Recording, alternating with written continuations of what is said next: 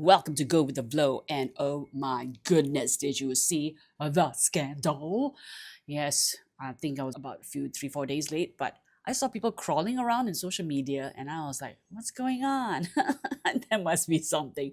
True enough, eventually it reached me. Okay, so this is a bit of background. A couple were basically having an affair and it was on video, as in like outside the office, and you can hear all kinds of sounds. Yeah. And apparently, married people. At least one of them was or is for now. No, I found out. Apparently, they're both married. And he has 4 kids. The video was within private chat groups, right? And then it got out, and now everybody can see it. And then, of course, social media is making fun of it like big time. That's what happens when you cheat. Yes. Now, if it's on video, that's it. No, it's fair game. It feels like. Okay, so these two people were heard and semi-seen coming out of the office after a bit of hanky-panky noises coming from there. When I saw this, I was like, so many questions I want to ask, okay? First of all, why was the camera there? Huh? I'm assuming they heard something and so they just quickly put the camera up so they can see who will come out of that office eventually, right? Huh? And where did they hide it though? You know, was it like between folders? Bring the cabinet here. Let's put all the folders here and hide the camera. Unless, of course, it's one of those small cameras. Who carries that kind of camera with them all the time? Those small ones, right? How did they hide it? Underneath someone's sweater, back of a chair? I don't know. Pretending to do K-pop video, like behind. And then, of course, the acting. The people behind the camera, pretending to have a meeting. Yeah, suddenly the voices got really loud, and when they heard they were coming out of the office, right? The transformation to the Woodlands timeline. She's not bad, lah. I must say, not bad the acting, but and then all the pervert voyeurs all came out. Commando crawl. Seriously, the guy was on the floor trying to peek under the door to see whether he could see anything. Hello? Your form not very good, lah. But someone said in the comments, hey, don't say army leopard crawl, got no use, okay? Oh, came into good use eventually. I don't think that's what they meant it to be for. And then the post, I don't think the post that I saw, or we all saw, was from the actual people from the office. But again, a couple of questions. First of all, would they know who told them and who filmed them? I'm sure they will, and they do know, I'm sure. Hide your face the next day. Ayo. And then the post had the crossing out of certain letters of the two individuals' names, so no one would know their names. Wow, that's some high level redacting right there. So yeah, professional. And then you have the guy who went outside with his phone to try and capture, better audio with his phone. And then his phone starts ringing. It's like, I think someone inside the office that was filming all of this, call his phone. I bet he put on silent and then I think they did it on purpose. Okay, but if you are a spy, you be the first one to go. Okay, you cannot make it. Cannot be spy. This one, no. Throw away the resume. No. And as for the cheating couple, I mean, how can you possibly think that nobody could hear you, huh? Because she was loud. They were loud. There was a lot going on there. Okay, I guess they thought it was an empty office day. Nobody would be next door. They had a thick curtain in front of the glass doors. Obviously, they thought soundproofing. No one can hear the. And then when the phone rang, did they still continue? I can't tell if they continued after that guy's phone accidentally rang.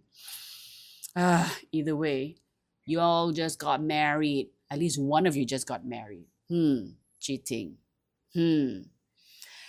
Judgment eyeballs. And also some people are judging those who are filming it. Invasion of privacy. Hello. Oh well, still, great fodder for everybody else. But then maybe we should give them the benefit of the doubt, right? I mean, what else could they have been doing to create those sounds? As Gag got it maybe right. Noisy ping pong, a la tennis, Or maybe he was showing her some very scary videos, right? Same one, right? Or maybe he was showing her the price of property nowadays. It's so bad. Or maybe he was showing her how much money they will make in the business. Yeah. Is this why our TFR is so low, huh? Is it because they're doing it with other people's spouses? That's not how marriage works. Okay. Cheaters. So that was a bit of a puzzle. And today is National Puzzle Day. Do you like the segue? Now stay with me. I went down a bit of a rabbit hole, okay? And it's a rabbit hole about karma. Okay, so John Spilsbury invented the first jigsaw puzzle. And how did he do it? To teach geography, he would draw a world map, okay, or affix a world map to wood, and then carve each country out to create all these little puzzles. And that became the very first puzzle. And because it was so popular that he started to sell them, and he made ones from Asia, the world, Europe, etc. And then, started selling them big time. And that's the puzzles that we know today. What a great way to learn about geography and maps and countries and all that. Somebody give me one. I need one. But another person before that might have been the first person to actually do it, and it was a lady, Jeanne-Marie Le Prince Le Beaumont, Madame Beaumont. So who was Madame Beaumont? Well, she was a French author, and she also did an abridged version of Beauty and the Beast. Now, this is probably one of the most popular versions of the tale. It was adapted, though, from Gabrielle Suzanne Barbot de Villeneuve's original. And who is Gabrielle Suzanne Barbot de Villeneuve? So she was left broke after her money-squandering husband left her broke. Anyway, she wrote a book, wrote Beauty and the Beast. So that is the original version of the story. Now that was abridged, rewritten, and published by Madame Beaumont. And this was to teach young girls a moral lesson. So the moral of the story is, for the girls, it's learn to love the person on the inside. Don't just rely on looks. And for the guys, be that good person. Don't think your looks are going to attract the girl. So in this widely popular publication of Beauty and the Beast, Madame Beaumont, did she give credit to Villeneuve? No, she did not. And so she's wrongly referred to as the author of the tale, Beaumont. And see what happened? Karma. Beaumont is not known for the map puzzle because she diddled somebody else out of credit. See what happened to her with the puzzles? Okay. So anyway, how do you celebrate Jigsaw Puzzle Day or Puzzles Day? Well, go and do a puzzle. Yeah. You can do a crossword, you can do Sudoku, you can do a jigsaw puzzle. Yeah, you can download one on your smartphone. And there are other ways to also do a puzzle. Besides, of course, Rubik's Cube. You can also eat a puzzle sandwich.